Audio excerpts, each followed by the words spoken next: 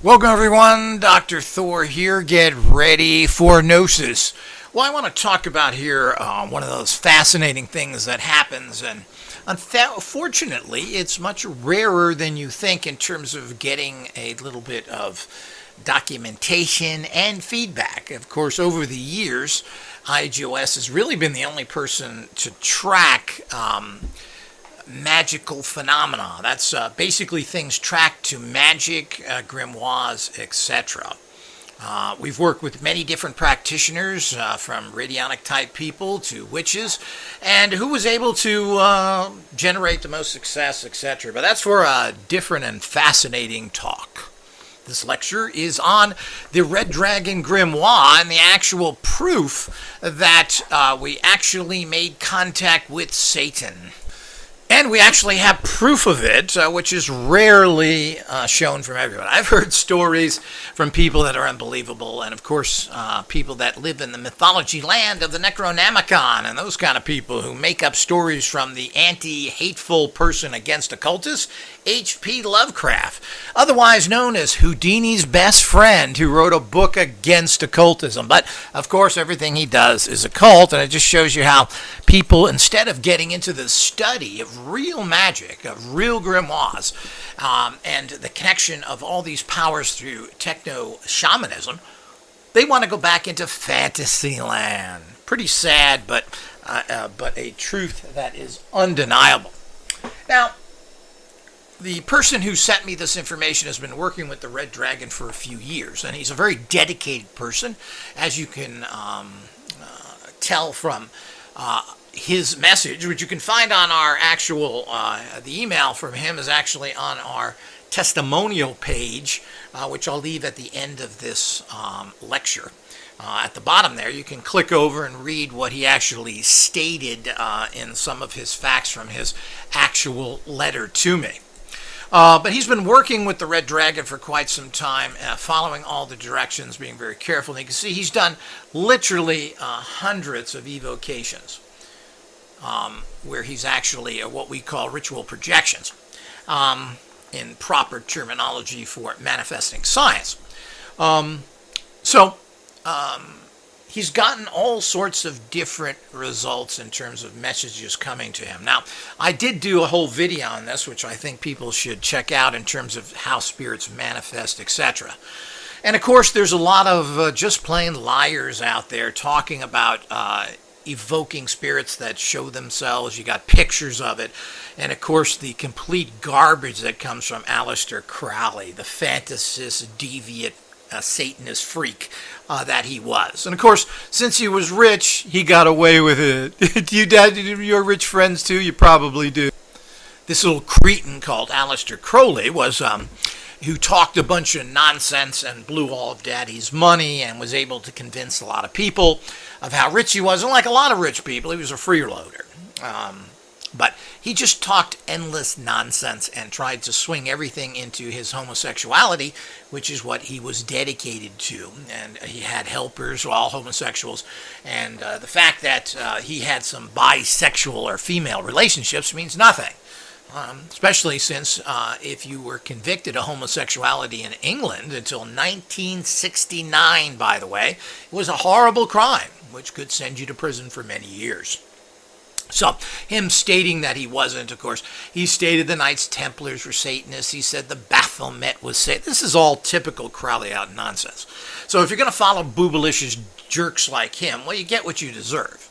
Now, our Red Dragon Grimoire, The Art of Commanding Spirits, translated by the greatest occult translator of all time, Robert Blanchard, the only authentic translations that there are out there. Now, his translations and our texts have been stolen, of course, by the Satanists, who have defiled them, changed things, and have not included the empowerments, which are essential to your success, have left you in a pretty rotten, bad little spot.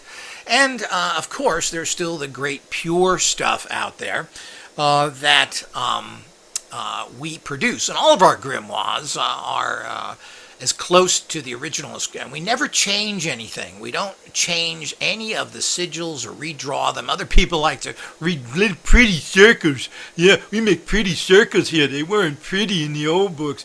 You've just changed the entire book and ruined it. It's very typical of these really unskilled so-called occultists, particularly from the black magic side, who are basically nothing but imbeciles, to put it nicely. But all of that needs to be taken into consideration. So this fantastic grimoires and many others that were translated by the fantastic translator who spent some of his life in naval intelligence doing translating before, when you had to go there, not like the people that volunteer today.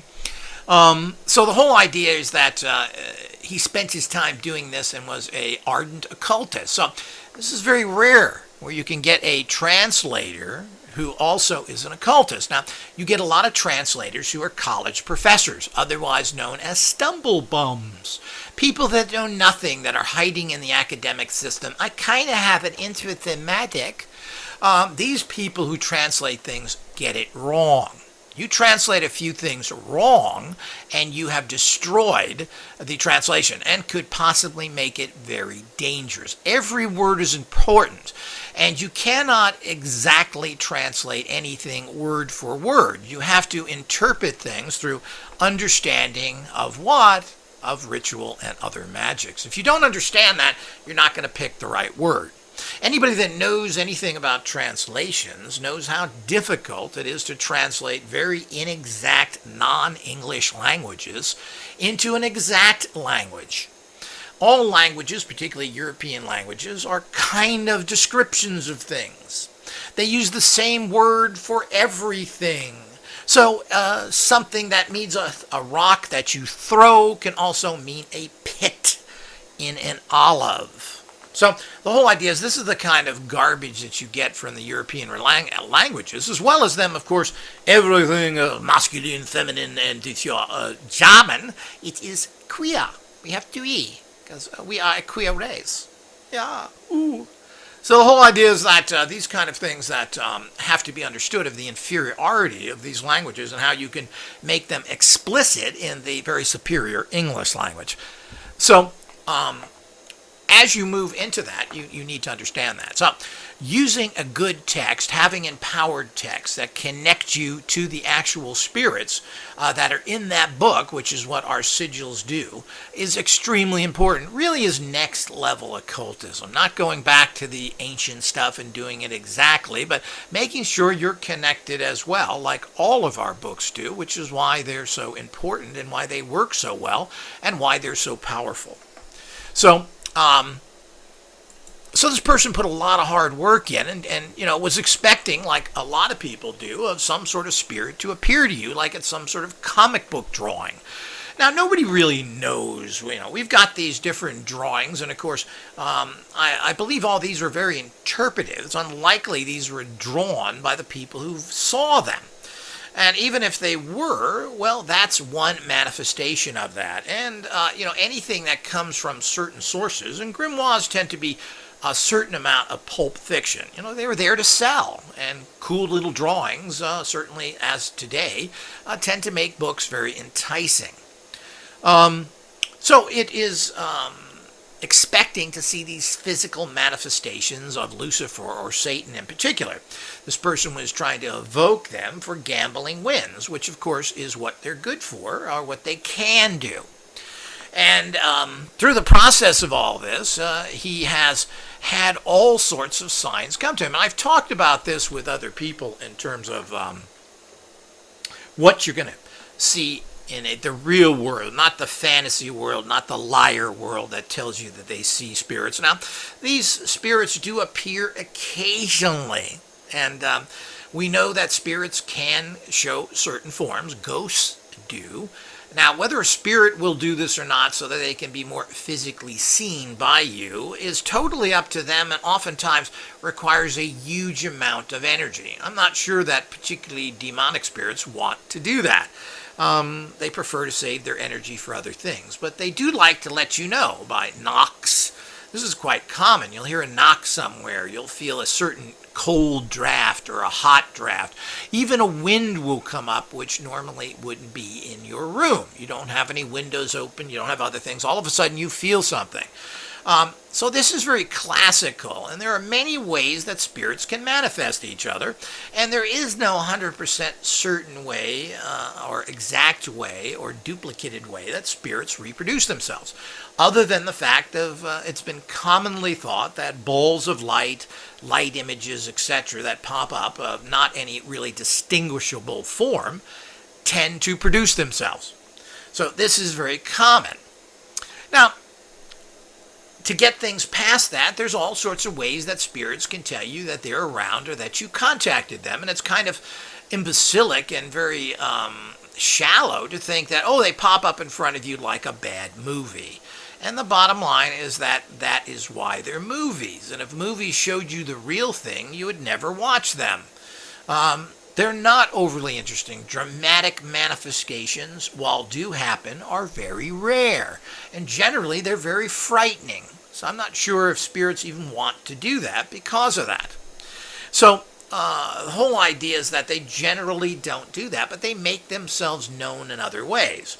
If you're burning candles, flames will flicker. Sometimes they go out. Sometimes I've seen candle flames go from 1 inch up to 6 inches. Well, isn't that quite bizarre? Well, it shows you there's a spirit in the room. So this is the ways they're able to do things. Instead of these comic book movie land producing like there's some sort of physical entity. I don't see any value in that. First of all, you're calling on a spirit to go out and do something for you. Why should they waste all their energy on producing a picture for you so you feel better? And ultimately, if a spirit shows itself, it doesn't mean it helps you, and it doesn't mean it does anything. So it gets down to, okay, that was nice mind candy. Ooh, sweet candy for the mind. Yeah, it did nothing for you. Bottom line is you've got to make sure that these spirits go out and do something for you. And that, of course, is a whole nother issue and something that tends to be difficult to have happen. Many times they will show themselves in terms of showing some manifestations, but getting them to produce is difficult. And also, what are you asking for? How does it fit in your life? I mean, the laws of manifestation work for everything. Spirits can't just make things happen in front of you when you don't have avenues for them to come to you. How are they going to do that? You want a relationship? Click, it pops up in front of you in your living room and sitting on your couch. Well, how do you do that to a human being? Makes no sense at all. So it's going to cause all sorts. They don't have a real life. They can be used like a robot. It doesn't make any sense. A bucket of money is going to fall on your front porch. Well, that would be nice, and maybe that has some use. But generally, money has to come to you from some way, meaning that it doesn't have to necessarily be 100% direct, but it means all of a sudden somebody shows up that owed you money and you give it to you, or you make a lot of extra money, or you just buy a lotto ticket and it tends to win, or a scratcher and you make $500. This happens a lot more than people think it does. So these are how things have to manifest in your life. Now, you could say this was successful to a certain degree because he did win $100 while he was going for $10,000. But hey, that's a lot better than losing. Someone made money. And is this some sort of joke by Lucifer, Satan? We don't know. Will they come through later with more manifestations?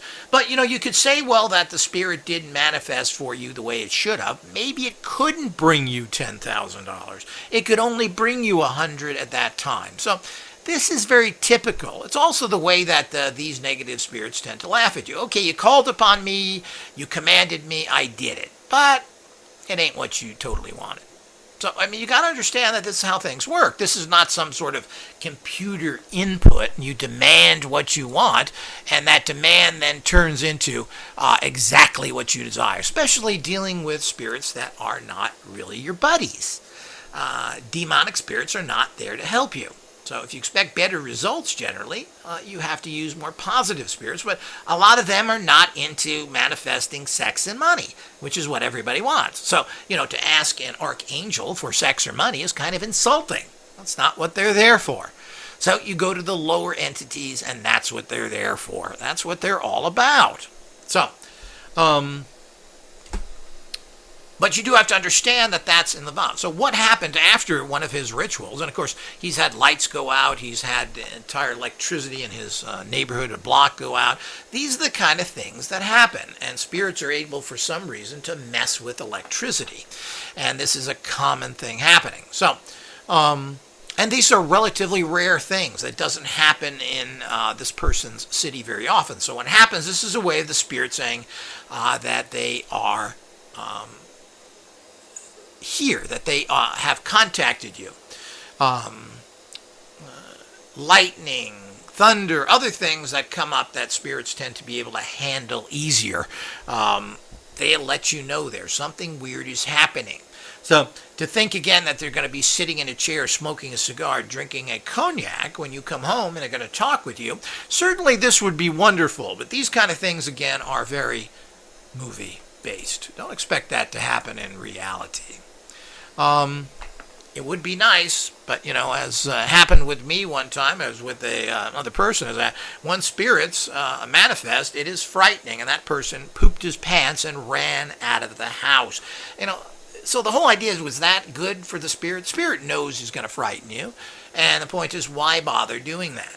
So they will gain energy into your life slowly, and they'll let you know in odd ways. This is not about setting up a photo op for you to prove their reality. But one thing I want to push, and one thing that I find very lacking in the entire field here, no matter whom has done it, is their lack of physical evidence. There are no photographs of anything. I've had some good ones in the past. Unfortunately, those, what's the same old story? Oh, you lost them? Oh, yeah, right. So, well, unfortunately, I lost a whole bunch of records in an unfortunate situation. One of those was the actual picture from a Polaroid camera of energy coming off of very particular energy rods that were placed around the Integratron, the famous Van Tassel building he built. So, irrefutable evidence of there. Very, very fascinating. Unfortunately, while I kept it secure, that file was lost. So, all of those things is what we need to record. So we all now have phones and everything else. But it's interesting how people don't have as of this time, a reaction to grab their camera when something happens. They tend to be distracted with what's going on and not turn their camera on. This is something you have to really work on, and to make sure that you actually do this to get some evidence to find out what's happening. So it doesn't matter how little it is, how odd it is.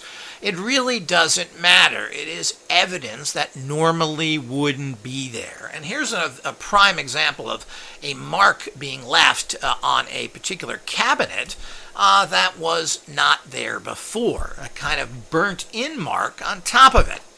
And what is considered to be a sign of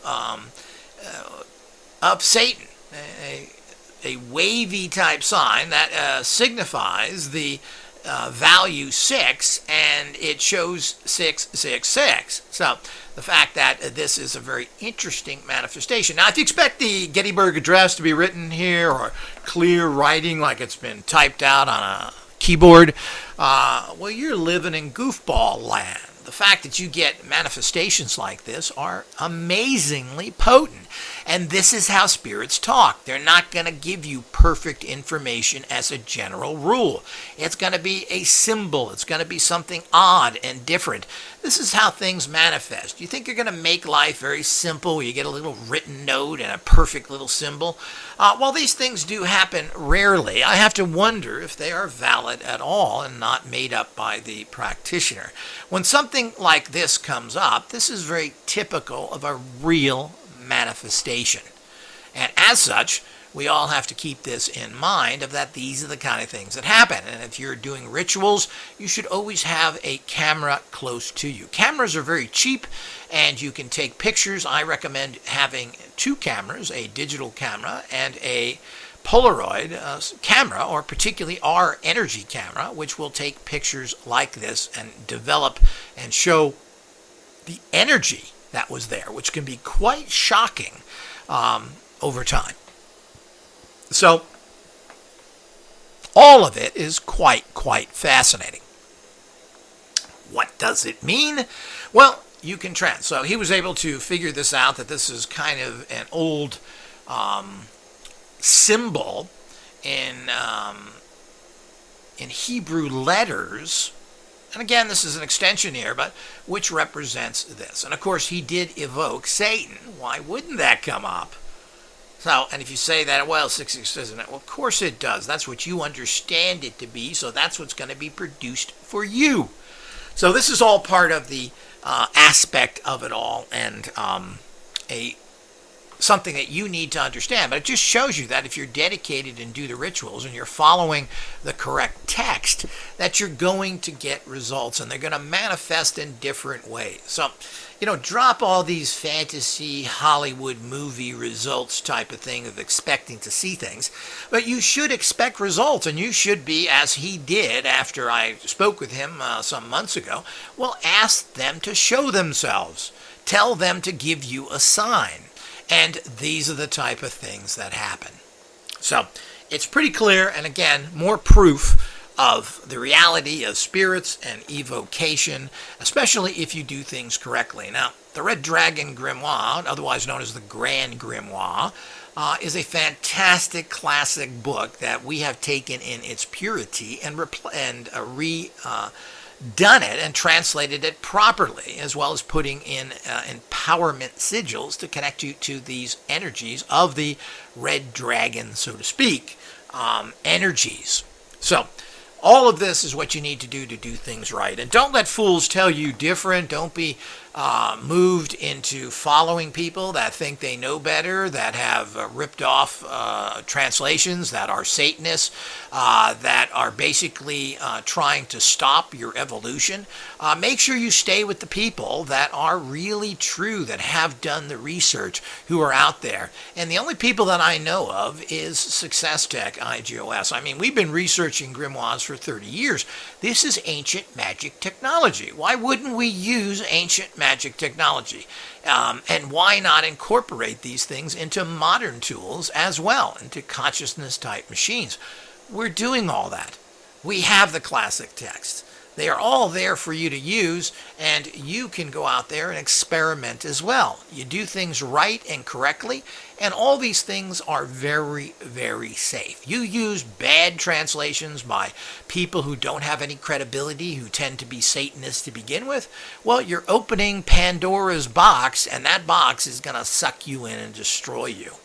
You have to be very careful whom you support, and when you get products that are based in energy or spirits, like a grimoire or a psychotronic radionic machine, you are taking on the energy of the people producing it. I can tell you right now that I can guarantee you almost most other people, particularly in the radionic orgone industry, are hardcore Satanists. You want tools from them? Well, good luck. Until next time.